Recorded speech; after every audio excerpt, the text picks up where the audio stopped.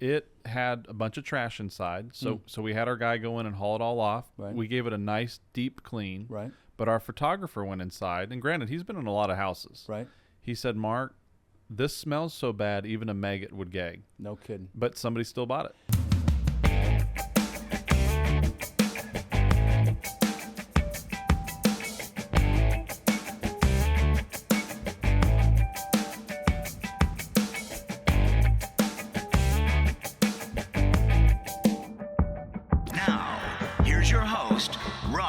Welcome to another edition of Lifetime Cash Flow through Real Estate Investing. I'm Rod Khleif, and I am thrilled that you're here. And we've got kind of a unique interview today. It's not about multifamily, although he's got a couple of duplexes. It's really more about flipping, wholesaling, even hard money lending, different creative financing strategies. So we're going to have a lot of fun today. The gentleman's name is Mark Hewitt, and he's from the Dallas-Fort Worth area. Welcome to the show, brother. Hey, thank you, sir. Pleasure Absolutely. to be here. I really appreciate you coming in for this.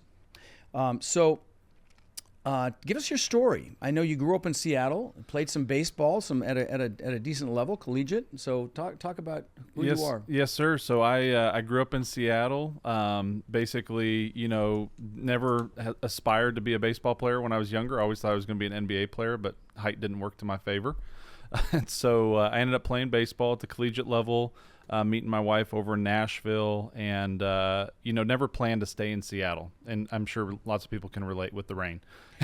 So, I'm not going to go there this early on in the conversation. We won't say blue, red, stupid, smart. That's that's right. So I ended up moving to Texas, and which has been awesome. And when I got out there, I didn't plan to be in real estate. My dad's been in real estate for 30 plus years. Oh, has he? Yeah. In what capacity? So he's a broker. He's an okay. owner of an office. So I never really had the aspiration to do that. And then next thing you know, I ended up trying to look for jobs in Texas, and I couldn't find anything. I thought I was going to be, in medical sales. I was trying to be a doctor at one point, but I wasn't smart enough. You're very humble. You keep self-depreciating. I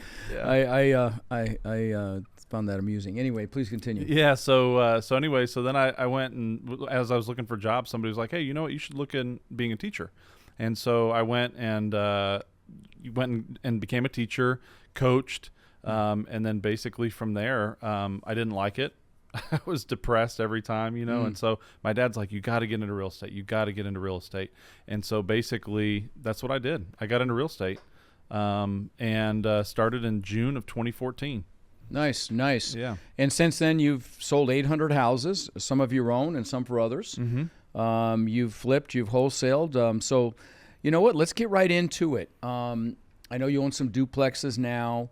So you've done different aspects of this business, from sales to your own account. And one of the things I want to talk about is anybody that's got their real estate license needs to listen to the tail end of this, because we're gonna give you some advice, some serious advice. But let's start with flipping. Talk about some of the flipping you've done and see if we can add some value in that space, because obviously flipping is a great way for someone to raise some immediate cash. Absolutely. But some nuances to it. So take us through it. Yeah. So basically for us, when I started getting into flipping, like anything, I had no idea what contractors I was going to use. Right. So it was a matter of trying to source those out, trying to figure out, okay, what are these deals going to retail for on the market after they're completely fixed up. Right. And basically for me, the stuff that I prefer to flip in today's market is the stuff that doesn't need full rehabs. I prefer like the quick and out, like just the cosmetic, get in. Not as much money, but easier. For sure. Way easier. I can get it done way faster, because for me, like, it's all about the velocity of capital to me. So I want to be in and out as quick as I can. Okay. I would say most of our projects were in and out easily in under 90 days. Wow. From start to finish. Wow, that sounds like a wholesale deal instead of a flip. Okay, so let's kind of back up here, because it starts with how you find the deals. Correct. Now, of course, you've got access to the MLS, so that's a plus. But in the MLS, I would guess that mostly what you find there are the ones that do need the heavy lifts, that look like crap, that no couple is going to want to move into unless they've been renovated.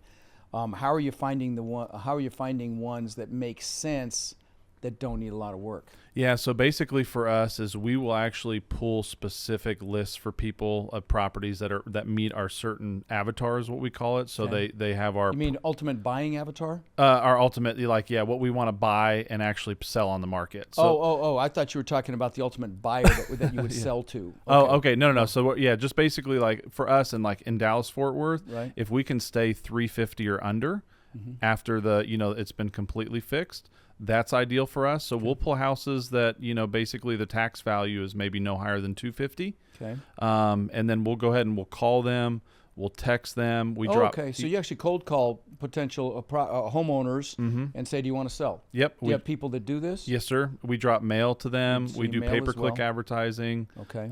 We just hit them every which way. Okay. And usually those lists that we pull, we're trying to hit all of those people in multiple different facets. Right. So they aren't just going to get a mail piece from you. They're going to get a call from you. If they go online, they're going to see you on pay per click. Where do you market? Facebook, or where do you do that? So we basically do Google, like Google pay per click. Yes, sir. Okay. So kind of almost like just, hey, do you need to sell? Give us a call, kind of thing. Okay.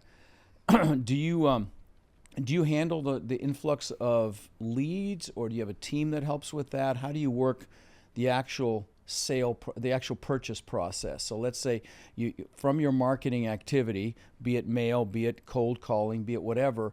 Well, let's go to cold calling for a second. Do they do a hot transfer, or do they just set up a call for you to talk to them? No, so they take care of it. Oh, they actually do it all. Yeah, they do it. Oh, so you have people that handle the whole purchase process. Yeah, basically their job is to make contact, go on the appointment, get pictures, negotiate, get the contract, and once they get that, then they're out. Oh, I see.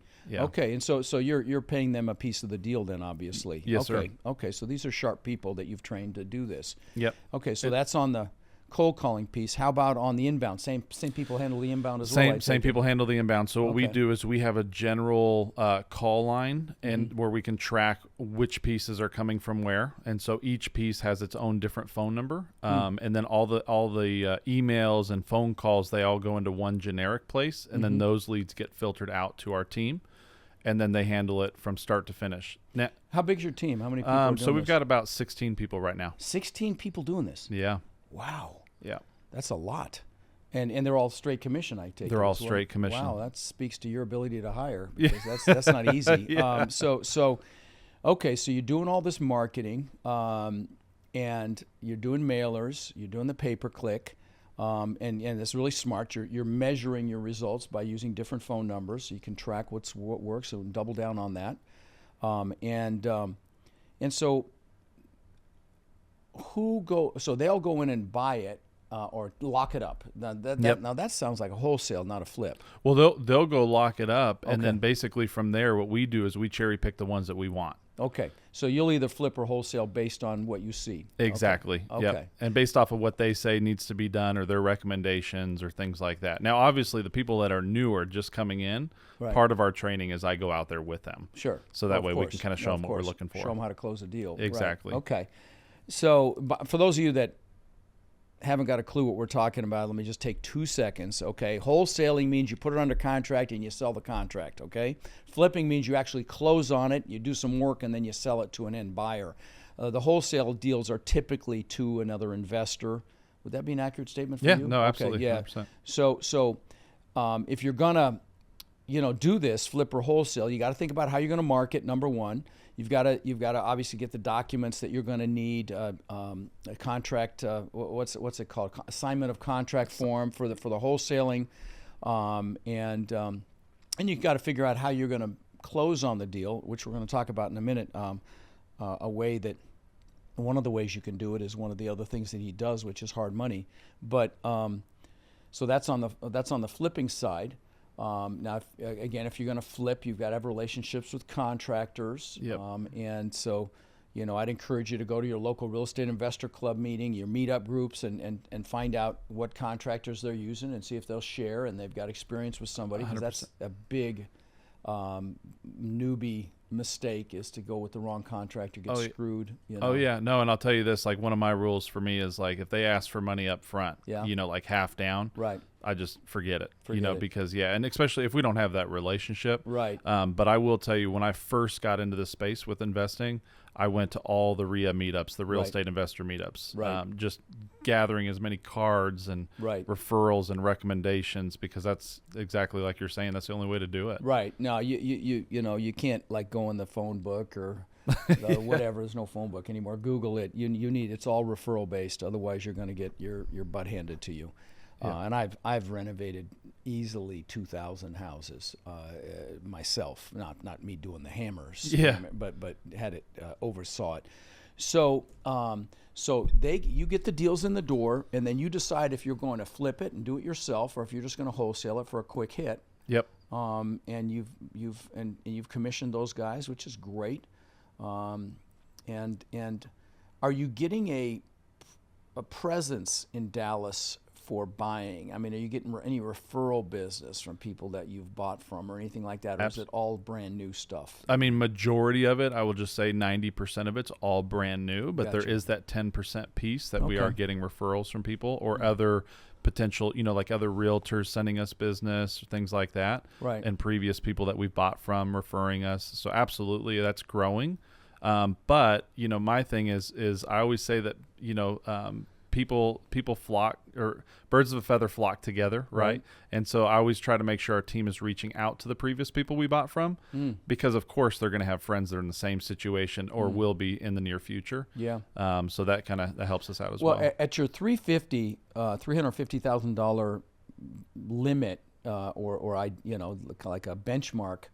That cues you up for regular FHA financing when someone buys, right? A homeowner can go in there and buy, and which opens it up to a huge demographic to buy these things. Oh, 100%, yeah. Because the average price really in Dallas-Fort Worth, if you look at it, the grand scheme of things, it's about the first time, they're the entry buyer, I should say, is $250,000 to $350,000. Yeah. And so that gives us that perfect entry where no matter what the market does, if the rates even go up higher, whatever happens, I feel like we're safe and we're going to be in and out pretty quick. Well, let's talk about the market for a minute, because I don't pay attention to the housing market anymore. I'm all about commercial real estate, which is getting its ass handed to it right now. A lot of opportunity coming. Just saw a headline.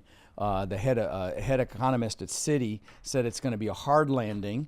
Let me look at that. I took a picture of it. I was going to do a little clip on it in a little bit. You ever feel kind of bipolar sometimes reading all the different? Oh, yeah. Well, anybody that tells you, in my opinion, that things are rosy is on freaking medication. Yeah. But, okay, U.S. economy is headed for a hard landing, and the Fed rate cuts won't be enough to rescue it, Citigroup. They're not stupid. Jamie Dimon says it's going to be much harder, head of Chase. So, I think there's incredible opportunity coming. What are you seeing in the housing market? So I'm going to tell you this. I asked a gentleman on my team that's been with me for 3 years, and I said, hey, just out of curiosity, are you seeing a lot more people willing to sell for cash offers these days? Yeah. And he said 100%. Really? Okay. I am seeing more people that were calling, texting, throwing their hand in the air saying, because I think they're getting hard up for money. You're dealing with people that have to sell, not people that want to sell. Correct. Right? And with the interest rates where they are, it's massively impacted sales. Yeah. Now Citi says there's going to be 4 rate cuts by the end of the year. I pray to God they're right. Yeah. Because we need the rate cuts in the commercial space. Yeah. We were just talking about that on a team meeting this morning. But so let me ask you an uncomfortable question. Yeah. Okay. Why aren't you buying freaking cash flowing assets, okay, that you hold on to, more of them? I know you got a couple duplexes, but because, correct me if I'm wrong, you're only as good as the last sale, flip or wholesale, 100%, right? And every January 1st, you go back to work. Yep. And I'm not trying to kick your ass here, but no. I mean, it's a valid question, because a lot of people move from flipping and wholesaling to buying multifamily to build cash flow. It's the reason my podcast is called Lifetime Cash Flow. Yes. So what's your answer to that? Yeah, so I will tell you, in terms of the apartment space, I don't know it well enough. Okay. And so that's why I haven't got into the apartment space. Okay. But I will tell you this. So when I first started, I had worked with a real estate company that said, hey, there's a big thing out there called profit share. You'll get residual income off the people you recruit. EXP or something? It's Keller Williams. Yeah. Okay, got it. Yeah. I had Jay Papasan on the show. Oh, okay, yeah. So and when I first started there, I was like, you know what? That's not going to be me. I want, because those people leave. You know, they get out of the business. So I started buying rental properties. You did? Yeah. And I own right now about 36 rental property doors and then eight owner Yourself. finance. Myself. Yeah, Yes, which is great. So you've got some cash flow. Yes, sir. The only thing is that when they're houses, Yes. they don't cash flow as well No. by any stretch. I mean, again, I was at a 30% loan to value on 800 houses, and I still crashed and burned. Yeah. Okay, I only owed 30 cents on the dollar. I get all kinds of hate. Yeah, you were over leveraged. No, I owed 30 cents on the freaking dollar. Yeah. So the houses don't cash flow as well because you got your separate insurance, your separate taxes. Yeah. You know, if you have a turnover, you're going to pay $3,000 to $5,000 minimum to make it ready, and you're going to lose a couple of months minimum in rent, and that could eat up your cash flow for 2 years in some cases. Oh yeah, absolutely. So you agree with that? I 100% agree. Yeah. So you need to learn apartments is what I'm hearing. So get your ass to one of my boot camps, brother. Okay. I just so happen to have one coming up. I always happen to have one coming up. Yeah. But by the way, if you are listening, you want to come to my boot camp. What do they have to do to get just DM me. Yeah, just DM me on any social channel. I'll give you a code. You come for $97. I don't sell anything at this 2-day boot camp. When is it? July what? July 13th and 14th. Nothing being sold. Kind of a no-brainer for $97 freaking dollars. So just DM me and I'll give you a code. Mark, I may charge you a little more just because. but I'm just kidding. So you're are you thinking along those lines? I don't want your team to think you're going to shut anything down here. Oh, but no. You're going to keep that going. That's your cash cow right now. Yeah. But cash flow is the where it's at. Oh, man. 100% agree with you. Yeah. Yeah. And I just, I've always learned, like, don't get into something you don't know. Oh, for sure. And I just don't know the apartment space. And but I will tell you, yes, the rental game, it's one of those where the cash flow, I always love when people say, like, oh, I'm going to retire and buy rental properties. I'm like, well, then you ain't going to retire. Right. know? Well, not if you're managing yourself or anything like that, but you buy, 100 unit, 76 unit property. You have third party management. You talk to them once a week when things are, improving, and then once they're stabilized, you can do it once a month or every other week. Exactly. And, it's an hour every other week at that. Yeah. So, okay. Well, good. I'm glad to hear that. So, let's talk to agents and brokers for a second, because this is the same freaking conversation, okay? As an agent, a real estate agent or a broker, you are in the freaking catbird seat to find deals. Mm-hmm. You've got relationships with other brokers. You've got access to all the resources to find deals, and certainly can capitalize on them. And one of the things I tell my students in my boot camp is a ninja trick for finding multifamily is connect with someone like you that's got a residential real estate license, has access to the MLS, because when somebody, let's say they've got a 10 unit or a 20 unit, and they're going to go to the agent that likely sold them their house to sell it, who hasn't got a freaking clue what to do with it, doesn't know how to price it, and they're going to throw it in the residential MLS. And if you've got you can tell me what you think of the strategy. If you've got someone like you that's got access to the MLS, puts in an alert that when a multifamily hits, you send it to them.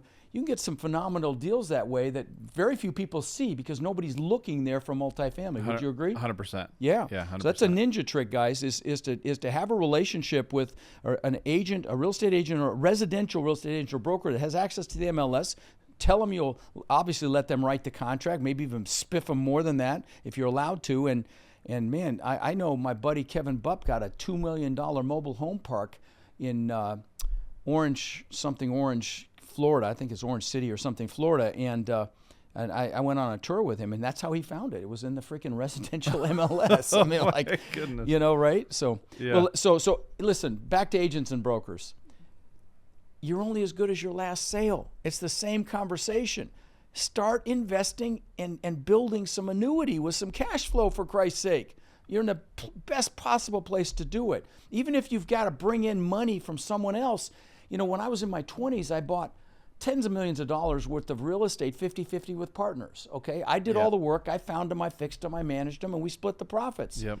And as an agent, you can absolutely do that. Would you agree? And I did the same thing. You did? Okay. Yeah, I did the same thing starting out. Yeah, and then we sold a lot of those and got all of, even way more money than we could have imagined off of that. And even sometimes today, like if we've got a lot of money out on different projects and our hard money's all out and things like that, there's people that we have relationships with. They'll fund deals for us and just take a rip of the profit. Sure. Sure. It's that same way in the commercial real estate space. Yeah. I mean, in my space, it's a team sport. You're not going to do the whole deal by yourself. It just isn't done. And I don't know about you, but I'll take 10, 20, 30, 40, 50% of something over 100% of nothing Absolutely. any day. Yeah, right? absolutely.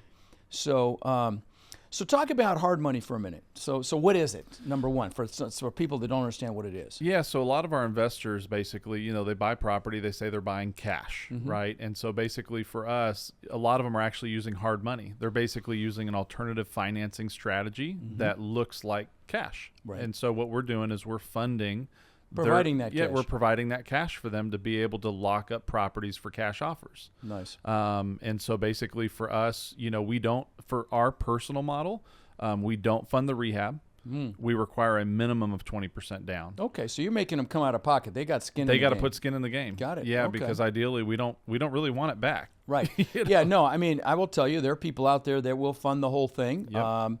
But it's very risky. And I will tell you, when 2008 and 9 happened, those were the people that had their asses handed to them because they lost right away because people just walked from those deals. Yep. It's not on their credit reports. Like, see ya, here's the keys, Yeah. kind of a thing. And so you got to be very careful if you're in your seat Yeah. as it relates to loaning that money. But it's very expensive money, number one. What is it, 12 and 2? So we're at 2.5% and 13%. Okay, 13% interest and 2.5. Like, okay. So, but, if that's how you get a deal done, and, because a bank, especially if a property needs a lot of rehab, banks are not too excited about it, and you're likely going to put more down, and it's going to take time, and they're going to be looking at all sorts of things that Mark may not be looking at, or another hard money lender might not be looking at. So talk about your parameters for the hard money. So it's 13 and a half? 13% and 2.5 points. 13% and 2.5 points. Now, points are percents of it, percentages of the loan amount that you're paying in advance. So you borrow $100,000, he's taking 2.5 points. That's going to be $2,500 just on the front end interest, and then you're paying 13% interest. So, and I remember I used to pay 12 and 2 back in the day. I mean, Yeah. this is a long time ago, so it's really not that onerous. I was kind of being Yeah, dramatic. no. Yeah, I'm being dramatic, and then I got him down to 10. I had this old woman that loaned me a ton of money back in the day, so talk about your parameters for what do you look at when someone brings you one of these deals? Yeah, so basically for us, the biggest thing in terms of our box that we'll loan on is I look at the property, the asset, and I say, if they don't spend a dime on it, would I ever want that back? That's a good question. Good question. It's kind of along the lines when you go to an apartment complex and you go there at 10 o'clock at night, do you feel safe and would you want to live there? Okay. Very commonsensical. Okay. Yeah. All right. And so that's number one. We don't look too much at the borrower. We want to make sure they've had no bankruptcies, things like that. You don't look for any experience? So we don't really care on experience Wow. side. As long as they're willing to put 20% down and fund their own rehab. How about their credit?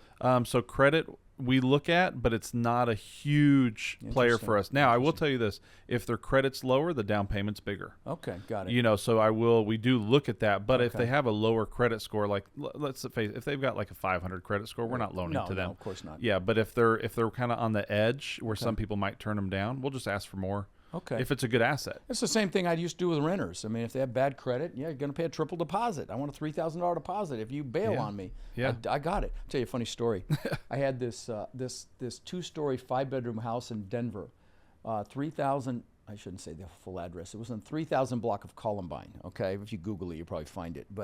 But I'm reading the Denver Post one day, and the headline was "Making Money the Old-Fashioned Way." Okay, that was the headline. Just picture my house.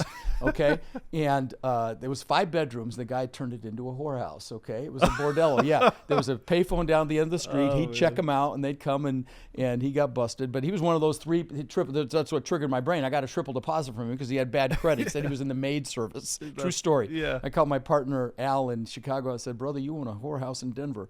But obviously we evicted him and we did fine. But anyway, same along the same lines. Yeah, If the credit's bad, you gotta take. Same with tenants in apartment complexes. I know even third-party property management companies will increase the deposit based on what they see, and Yeah. you got to be careful with fair housing. But so Okay. So, and then what's the term on the loan? So we do 6 months. 6 months. Yeah, so we do a 6-month term. Oh, they and got to deliver. They got to do their business plan fast. yeah, because basically what we're counting on is the renewal. Because typically what we'll do is a 3-month extension for another point. And we'll allow up to 2 of those. Sneaky bastard. Okay, so you're counting on that. You're counting on those renewal fees as well to boost. So this is the velocity of money, guys. That's what we're talking about here. Yeah. Okay.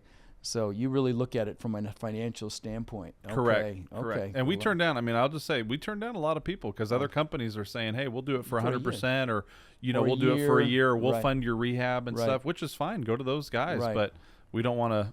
Yeah, you don't want to be. I think there's going to be a reckoning here. Maybe not in single family though, honestly, because if they drop the rates, I think it's going to explode. Absolutely. Frankly, I think there's a huge pent up demand. Oh, for sure. But okay, so that's hard money. Yeah. And guys, if you go to your local meetup groups or real estate investor club meetings, there's always people there that do this. Okay, so you just got to network and find those people. And here's what I'll share with that too is basically for us, if the deal doesn't meet our requirements, we've got other hard money lenders we'll give it to. Yeah, here you go. And we'll rip a point off of it. Oh, no kidding. Yeah. Okay, so we'll just take just like a wholesale deal. That's another one. Yeah. It's a wholesale. You just wholesaled a borrower to another hard money lender. I love it. Right, yeah. I love it, man. Any way we can make money. I love it. You greedy bet. No, I'm just kidding. So I get that. I get hate all the time on social media every single day. I got 2 or 3 this morning. Every single day. Yeah, you can charge pet rent. You greedy bastard. Yeah, I'm like, okay, man, whatever. Yeah, I try not to respond. Sometimes I get sucked in. Yeah, that's funny. So let's talk about creative finance, because I will tell you, actually, creative financing options are becoming more prevalent in my space, believe it or not, in the huge multifamily assets. But let's talk about it at the single family level. Talk about some different strategies you've implemented that are technically creative financing. Yeah, so basically, one that we just did, for example, was we bought a house that we probably cash offer would have needed to be about 120. But this particular owner had about a $28,000 mortgage. And so we said, hey, look, here's what we can do. We can pay off that mortgage, give you $28,000 down. But what we'll do is we'll finance the house. We'll buy it at 170.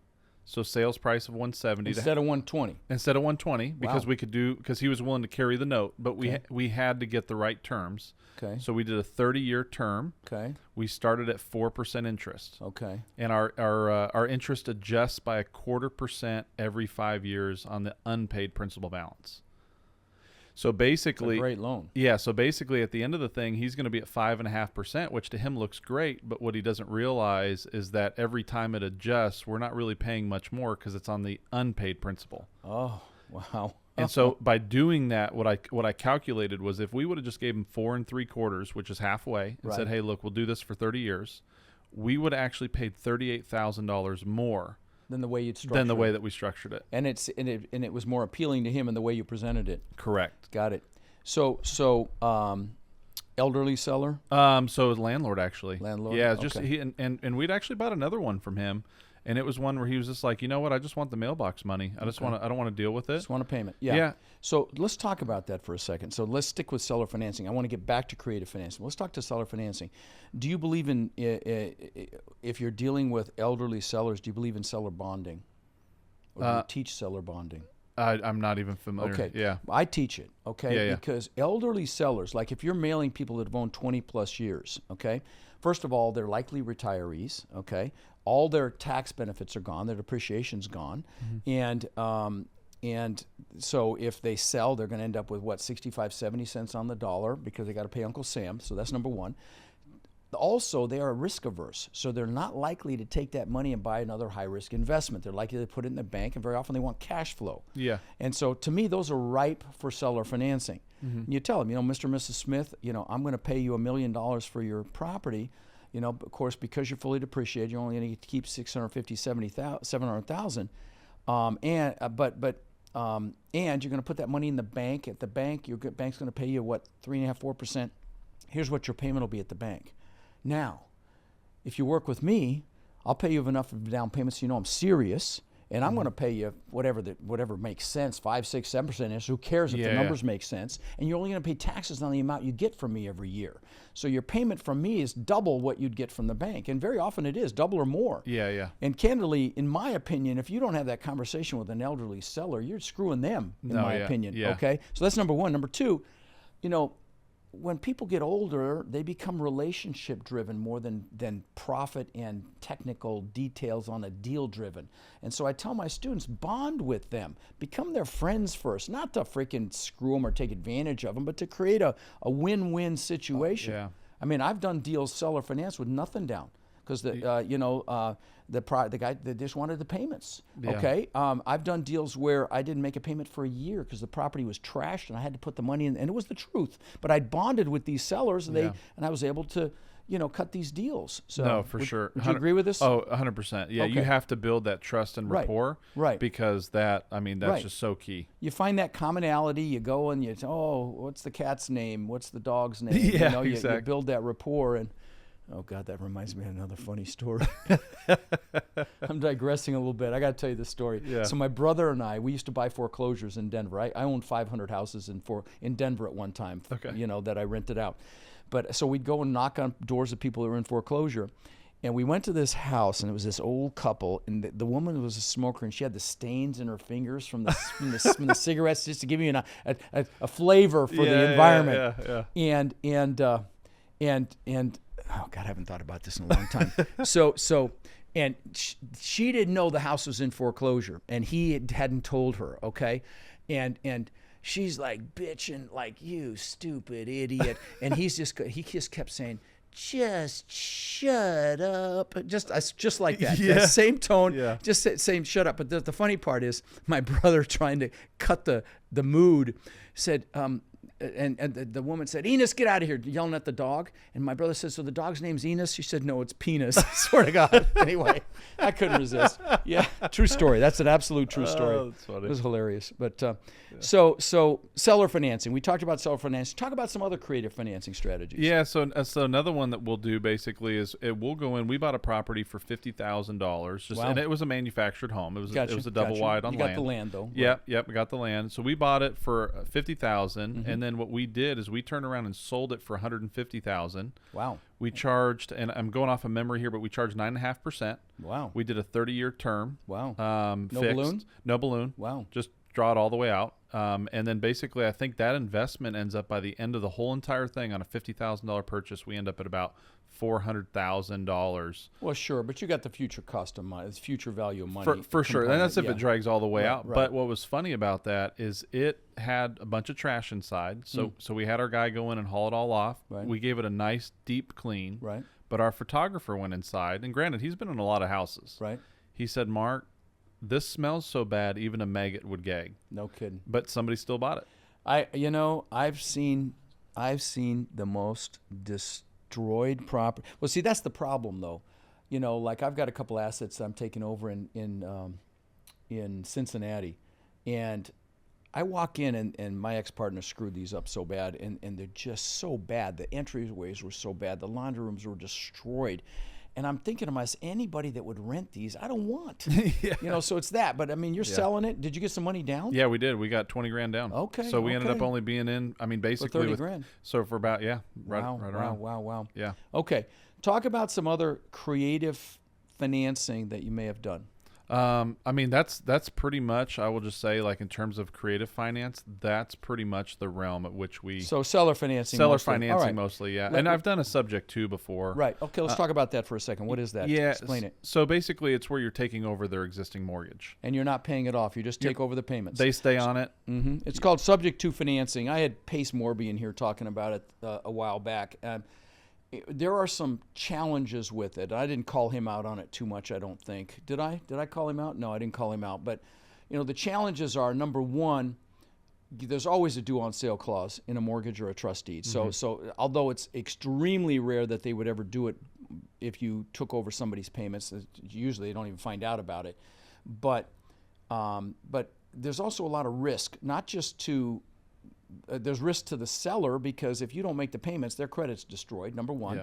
But there's also some risk to you, which you described I hadn't even thought of. If they want off that loan and they tell you, I want off that loan, and you say no, they say, well, I'm going to call the bank and let them know you took it over. Of course, that's a double-edged sword because then their credit gets destroyed. No, so I don't think that's a real valid threat. But I did quite a few of those back in the day. There's also, I will tell you, be careful of this, okay? There's something called equity skimming. If you take over somebody's mortgage like that, and then they threw people in jail for this back in 2008 and 9, you take over somebody's mortgage like that and you collect the rent and you don't pay that mortgage, it's called equity skimming, you will go to jail. So keep that in mind. Those of you hotshots that want to go out there and, buy houses and do the subject to loans, just be very, very careful with that. But I'm not going to say don't do it, just be wary of it. Now, in my world, in the commercial multifamily, we're seeing some creative stuff happening too in this market because it's tightening up. Sales are down 90%. Commercial lending is down 50% right now.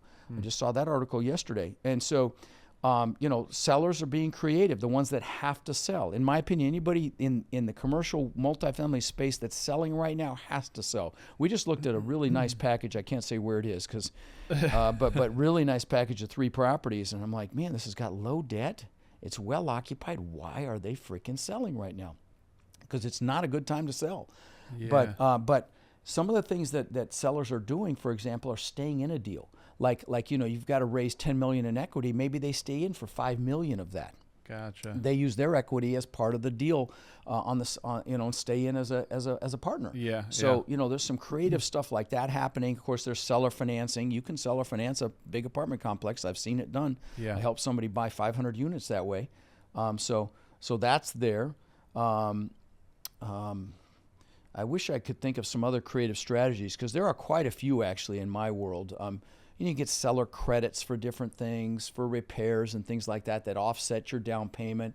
Do you use your commission at all when you buy property? Do you throw that in, or is that a problem? So basically, what we used to. Okay. But now what we do is we basically do the minimum, right? Okay. Like whatever the brokerage wants, the minimum. Gotcha. We just slap that on there so they're happy. How come you don't become a broker and have your own place, man? Just the responsibility. Oh, okay. Yeah, I mean, So I was. By the way, this will interest you. Yeah. I was a broker when I was 18. Wow. You could do it back. This is 1978. Just to give you some context. Yeah. You could actually become a real estate broker and have your own office through education. And I did it through education. Wow. Now they got smart. You need some freaking experience before you can have your own office and go run rampant. But I was an actual broker right when I turned 18. Wow. I let it go. And this is in Denver, in Colorado. Yeah. But so have you ever, this is something this is how I bought hundreds of properties in Denver. It was knocking on doors of people in foreclosure, literally for almost 10 years. Have you ever gone after foreclosure lists and done anything in that arena at all, or auctions or anything like that? No, haven't bought any from auction. Haven't bought any off foreclosure lists. What we did do is we bought a Segway to go have some of our guys go knock on doors just to ride up and down the streets, seeing What a great idea! I tried to find a Segway. They're so cool. I couldn't even find them. They don't make them anymore. They don't make the big ones anymore. Yeah. No, it's awesome. I mean, they'll just ride up. Because basically they're like, hey, it'd take me an hour to knock on this street. Right. But if I had a Segway, I could do it in like 15 minutes. Great I'm like, idea, say less. Man. Yeah. Great. They have this little scooters now, but then I like those big Segways. I did those in Paris and Rome, but you can't buy them anymore. I was going to buy one for around here. Well, what's funny too is like I'm just one of those guys that anything we can do that saves time. Right. So even when we send text messages, you have to send it automatic, one at a time. Yeah. And so one of my guys found a mouse clicker tool that all he has to do is click start, and it'll send it automatically for him, one tap at a time. No kidding. And it saves him time. Sure. So well, yeah. They have these new platforms. I use a texting platform where I can text, all 1,000 participants in one of my boot camps. Yeah. Like that. Yeah. So technology is amazing. How else have you harnessed technology for your flipping and wholesaling? What CRM do you use? So we use Commissions Inc. Commissions Inc. Okay, yeah, so it's that's like a real boomtown estate related. Yeah, it's like a boomtown. Because there was another one, Propelio. Propelio. Yeah, a lot of people use Propelio. Right. We use Commissions Inc. because what happens is we draw a lot of leads for our agents. Gotcha. As well. So in through both. That. Gotcha. But then our investment team, we have them use it because what's nice is we use Mojo Dialer, and it integrates with Mojo. Gotcha. Yeah, I used to belong to a mastermind in Collective Genius up in Tampa. These are all the biggest flippers, wholesalers in the country. And I joined it because I was going to beef up my mastermind, but give them a shout out. They do a really nice job, Collective Genius. But it's not cheap. But I joined it literally just to get ideas from mine, because I host probably the largest in the world, really, probably 40 billion in assets in mine. Yeah. So, everybody thinks this is all easy and there's never any setbacks or hurdles, which we know is definitely not the case. Yeah. I call them seminars. Okay. So tell us about a seminar, a real kick in the you-know-what, and maybe the lesson. Okay. Yeah. So what I did is I've got one that stands out in my mind. Mm-hmm. So I was buying properties as rental properties in a small remote town outside of Dallas-Fort Worth and having tremendous success. Right, just getting them for cheap, nice houses, renting them no problem. I mean, it was perfect, right? Wow. So I thought, I'm smart. I've got this down. Right. I'm going to go do this in another city and actually another state. Oh, another state. Yeah. Yeah. Okay. Okay. So I started and I went up into Oklahoma, took the same model that I was doing and started in a city up there. It was a metropolitan city, so that kind of rules out everything except two in Oklahoma. And so, so I did that. I bought 4, started off strong. Like I was like, man, this is working. So then I had a guy that wanted to sell me his package of rentals, and he had about 8. And so I bought them all. And this was all within a year. Right. And next thing you know, it was like one of the houses had a bullet in the roof. One of the tenants slipped off the porch. Lawsuit. Just basically, it was just bullshit. It was a nightmare. Like it was an absolute nightmare. And then I'd have people move in for a couple months and then leave. How were you managing up there, I had a property management company. Yeah, and they probably sucked too. The first one I hired sucked. The second one I brought in was better, but I didn't scout that out before well enough. Yeah. So I was just losing money right and left. Yeah. And so I was finally like, man, I got to stop the bleeding. But at that point in time, it was almost like, well, hey, you know what? Things are starting to turn around. When was this? This was back. I sold my last one during COVID. Wow. So basically what happened was at that point, things started looking like they were turning around. But a buddy of mine said, hey, Mark, it ain't turning around. It's only for the time being. Right. You need to get out. And so I got out. I ended up losing, probably $25,000, $30,000 on all of that. Oh, that's not bad. But which wasn't it wasn't like a terrible experience. But at the same time, that's the one that I was like, man, that definitely, Well, I got you beat. Yeah. Not that I want to one-up you on stupidity, but I'm going to right now. I bought 200 houses in Memphis in 1 year. Okay. I bought houses, 3-bedroom, 2-bath, 1,500 square foot houses for $1,500. Wow. And regretted it. Okay, $3,500, $5,000. Regretted every single one of them. Yeah. If you come to one of my boot camps, I always dog Memphis. If you live there, you know what I'm talking about. But the food's good. The Corky's barbecue's good. Yeah, but, No, I don't even want to fly over Memphis airspace. No. I just had such a bad experience there. I still own, 8 or 10 properties there. But the problem also is it becomes a stepchild. Did you have that dynamic? Because you're not seeing it. Yep. You're relying on other people. I had a property manager there, embezzle $100,000, caught her cold caught her. She signed a confession, and the police there sucked so bad they didn't do anything with it. Oh, it was such a bad experience. Back then, they had if you filed an eviction, someone could file a Chapter 13 bankruptcy and delay the eviction and do it time and time again. They called it a wage earner plan.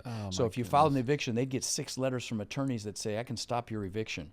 And these people didn't realize they were filing bankruptcy. And luckily, they had a new legislation called BACBA back in, I forgot when it was, 05 or something, and that wiped that out, thank God. But I had to deal with that, people not paying. But anyway, okay. Yeah. So let me ask you this. I get a lot of people that want to get into this business. They want to, they're tired of the rat race. They're tired. They know their family deserves more. Give them some advice. For me, like when I got into the business, I will just tell you, I did not want to get in initially at all. Right. And it took a family member telling me, my dad, over and over again, you need to get into this business. And I'm so thankful I did, because it completely changed the trajectory of our life. Right. But the thing is, I'm going to tell you, the biggest thing for people is they get into the business wanting freedom, flexibility, and financial gains. Right. The problem is they sacrifice one of those because they have too much of the other. So they start having too much freedom. Now all of a sudden the flexibility starts going away, right? Interesting. And so for me, like I would just say anybody getting into this business, you have to start off and know it's going to be a grind. Yeah. It's going to be mentally challenging. I have the quote, grind for a few years like most people won't. You live the rest of your life like most people can't. 100%. Right? Yeah, and I remember I told my wife when I first started what my goal was. And this was a simple goal for me. And I said, and you know, granted, I went from a teacher's salary in Texas, which is actually pretty good. I was making like 60 grand. Oh, wow. Which isn't bad. No, not bad at all. That's surprising, actually. Yeah. So then I go into real estate and I told my wife, I said, hey, you know, I said, I want to save $100,000 in the bank at the end of my first year in real estate. And she laughed. And like, not that she wasn't supportive, but she just laughed. She kind of chuckled. And I went, I know it's a big goal now. And sure enough, I hit it. Right. You know, I sold 68 homes that first year, but I had my tunnel vision on, and I didn't know what was the why? The why was just to basically create memories with my family. Yeah. You have kids? Yeah, I have 3. Wow. Yeah. Yeah. The bottom line is you just got to go do it, okay? And push through. Have your goals. You know, if you come to one of my boot camps, first thing we do is goal setting on steroids, because how the hell do you get anything if you don't know what it is, right? Yeah. You got to know what it is you want. You got to know what your why is, because that's the driver. Yeah. So talk about any, did you have any mentors besides your dad? I did. Yeah. I have 2 mentors. So I had 2 at the time. One of them was really instrumental in basically helping me get into the rental space. Gotcha. And helping me buy my first house. You know, those. Where'd you meet him? So he's known me ever since I was a baby. Okay, so somebody it's you a knew. family friend. Oh, nice. And so, you know, and then somebody else was somebody that I actually ended up hiring, that I actually sought out. And I mean, that was a game changer for me. Yeah. You know. So you believe in mentors? Oh, 100%. You know, because I mean, you know, I played sports, right? And so it's a coach. Yeah. And one somebody told me, they said, Mark, why don't you have a coach in business? And I was like, well, because I don't need one. And they said, oh, no. Business is no different than sports. And that was life-changing for me. Yeah, no question. I mean, you look at Michael Jordan. At the height of his career, he had 5 coaches. Yeah. Best in the world. Yeah. Had 5 coaches, you know, and, you know, basically you're paying for speed. You know, can you 100%. Do it on your own? Sure, but you're going to have seminars, okay? You minimize the seminars and you pay for speed. Yeah. Bottom line. So as in this journey, I've got maybe 1 or 2 more questions. In this journey, it's a question I like to ask. Talk about any epiphanies that you had, any aha moments you're like, okay, now I freaking get it, okay? Where you were doing something a certain way and you're like, okay, and you discovered something. You know, for me, I think the biggest thing is when I was focused on just retail real estate and I had my blinders on, you know, listen up, agents and brokers. Okay, keep going. When I had my blinders on, I realized that what I was doing was helping create wealth for other people, but I wasn't taking the opportunities for myself. Yeah. And so somebody had told me like, hey, Mark, you need to do this, right? Which was get into the investment space. Yeah. And at that time, I was like, you mean to tell me that people are going to sell their house for 50 cents on the dollar? And they said, yes. And I didn't ask. My whole entire career, I've always been like a sponge. Right. I always just wanted to know what can be done, and then I'm going to go try it, and I will fail. There will be time I will fail, Sure. but if I can fail faster, that's it. Then I can basically increase my revenue. That's it. And that catapulted me beyond belief. Nice. Yeah. I went to a mastermind for digital marketing and met Sarah Blakely, the billionaire owner of Spanx, you know, the women's undergarments that hold it all together. Yeah. And she told me that her dad used to ask her and her brother pretty much on a weekly basis, what have you failed at this week? I thought, what a great question to ask your kids so they don't fear failure. That's an awesome question. Well, I really appreciate you coming down here, brother. I've really enjoyed the conversation. It's not something we normally talk about on this show, flipping, wholesaling, things like that, but you added a tremendous amount of value, and I appreciate you. I appreciate you having me. No question. So one other quick thing. We encounter so many people that are frankly frustrated. You know, they're looking in the mirror and they're frustrated that they haven't been able to escape the rat race. They haven't been able to build cash flow to the point where they're able to have financial and time freedom with their families. You know, and maybe they see other people buying real estate and creating, you know, incredible cash flow, and they think, well, it's just scary. You know, buying apartments is intimidating. And I get it. But see, that's why we created our Warrior Mentorship Program. They're our coaching students, and they've had extraordinary results. My students, I've been teaching about 5 years, and they own upwards of 140,000 units now that we know of, right? And we feel like it's just getting going. Now we're looking to grow this group and really take it to the next level. And honestly believe that the greatest transfer of wealth could be upon us right now with this current economic environment. Everything's going on sale. So we're looking for people who want to follow a proven framework, really like a blueprint or a map, literally step by step. And then they're able to leverage our systems and our incredible network to raise money and equity, to find deals and close those deals and build partnerships, really nationwide. So if you're interested in finding out more about how you can become more in our incredible network and take advantage of the unbelievable opportunities that are upon us, you can apply to my Warrior Mentorship Program by texting the word CRUSH to 72345, or you can go to mentorwithrod.com. And what we'll do is we'll set up a call so you can check us out and we can check you out and see if it's a fit. Now again, you can go to mentorwithrod.com or text the word CRUSH to 72345 to apply, and we will speak soon.